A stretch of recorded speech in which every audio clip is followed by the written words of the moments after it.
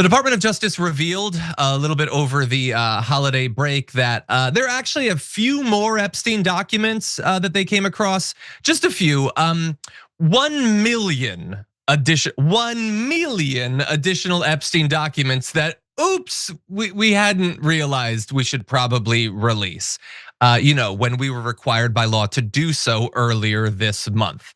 And so maybe we'll eventually get those. Maybe they're really important. We'll have to see. It is interesting that they revealed that over the Christmas break, almost as if they were hoping that people wouldn't notice it or pay attention because they were busy with their families. And of course, this is coming after they missed that congressionally mandated deadline, after they've been releasing little dribs and drabs, very heavily redacted, releasing some documents, Cenk, and then taking them back.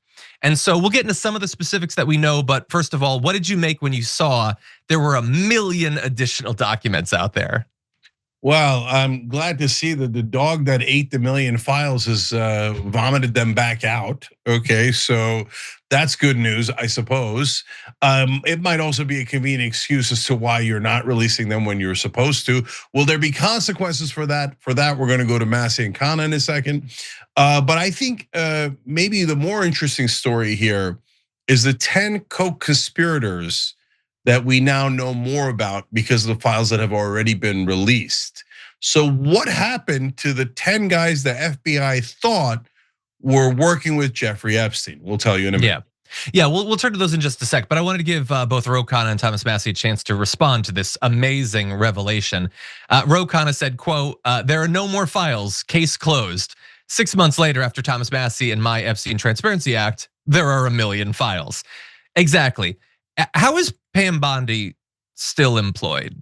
She closed the case, and oopsie doopsie, there's 1 million additional documents that we hadn't been checking yet. Is that, look, obviously this is a cover up. She was never intended to look into those files or figure out what was actually going on. But the cover story is that she's a serious lawyer doing serious work. So how is this not the most incompetent handling of a significant case that we've ever seen in American history? Thomas Massie goes on to say, today the DOJ claims the Epstein-Maxwell file exceeds 1.7 million documents, and they still expect you to believe this involves only 2 guilty people. Yeah, that's what Pam Bondi said there's no clients list. And that's what all of those former QAnoners and all of that got into the government, particularly into the FBI and the DOJ, they pretend to believe. Kash Patel, Dan Bongino, all of them are part of this cover up. A mountain, like a massive pile of documents. It was just Epstein and Ghislaine Maxwell, and not even really Ghislaine Maxwell. Don't worry about her. We can send her to a resort. Maybe we'll actually pardon her. Not a big deal. And that's what they would have you believe. So anyway, we're gonna see what comes out of those. I mean, it's taking them so long to release the documents they already had, Cenk, that is it 6 months for them to release all these million? A year? Never? I don't know. But you had referenced the co-conspirators. So this is from the files that had been released several days prior. And there's references, a lot of this goes back to around 2019. A lot of this was in the run up to Epstein killing himself. And so there were questions about the status of 10 potential co-conspirators. And so some of them, interestingly, are named in the documents and some are not. So Jean-Luc Brunel, a modeling agent and an associate of Epstein, is one who is actually named in the documents. But importantly, some of them are still redacted. And we have a little bit more information about where they were distributed, at least as of 2019. So 3 were in Florida, interestingly. 1 in Boston, 1 in New York City, 1 in Connecticut as well. And then they had these little updates, 1 in Ohio. They had updates about their attempts to make contact with them. And then it's difficult at that point, Cenk, to know exactly what ended up happening, how many were cleared and all that. But what do you make of what we discovered earlier this week? Okay, so lots of interesting things here. So there were 10 potential co-conspirators, as John explained to you. 3 of them, the FBI had trouble locating. So we're down to 7. So 1 is Ghislaine Maxwell. She was arrested. She's now in minimum security club fed prison where we've gotten reports that she basically runs the place. Like she'll have dinner alone after everyone's been forced to go to sleep. She'll be able to have visitors anytime she likes. So she's living in the lap of luxury right now. What happened to the other co-conspirators? Well, one of them was Jean-Luc Brunel that John told you about. And I did not know this. So I keep finding out little pieces of this because I wasn't I cared about Epstein and talked about him for a long time. But I wasn't one of those sleuths who had knows all the details. Well, it turns out this Brunel guy was arrested. Okay, good, we got a second one. And then mysteriously committed suicide in prison. Interesting. So Epstein and Brunel were arrested and both mysteriously committed suicide in prison. Those are the only two that were arrested on serious charges. I mean, obviously, Maxwell's are serious charges, but not treated as serious charges. They're treated like a jaywalking ticket. So, okay, what happened to the others? Well, there's one other guy that's named. It's Wexner. So Wexner is the guy who owned Victoria's Secret and all those big brands. He's the one that gave Epstein power of attorney over all of his money. And then Epstein used it for his own purposes to help pro-Israel charities in America, and other Zionist causes, all a coincidence, of course. And Wexner says, oh golly, gee, I was one of his victims. But we have emails that Drop Site News has found that show that Wexner was not a victim.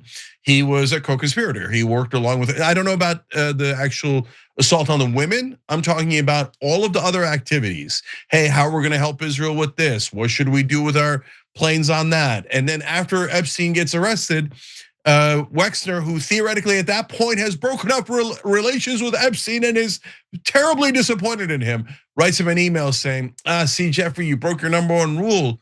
You had to be more careful.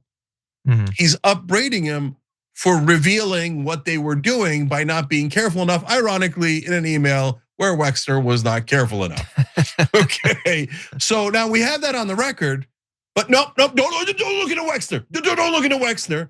Because Wexner is super rich and connected to Israel. So no way do we pursue him. Even though the FBI had him as one of the people that they were supposed to look into. They went and talked to grand jury about a bunch of these folks. What happened to the grand jury? What happened to the investigations, right? And then there's another guy who was they looked into, was, of course, you guys all know, Prince Andrew. And then Prince Andrew, they say, here, you need to answer some questions. He says, oh, my lawyers will write the answers. And the FBI says, no, you got to come in for questioning. Then he never comes in for questioning and we drop it. It's absurd. It's absurd, right? And then if you don't know this, they found a fake passport of, a lot of you do know this, of Epstein in his safe. It was from an Australian passport. It was from the 1980s when, as again, Drop Site News has reported, he was working in the middle of the Iran-Contra affair.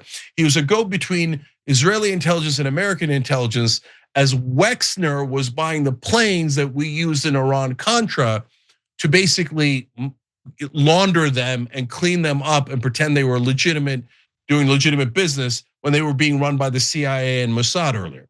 Do you know how many civilians had fake Australian passports? By the way, his alter ego was Marius Fortelny, okay?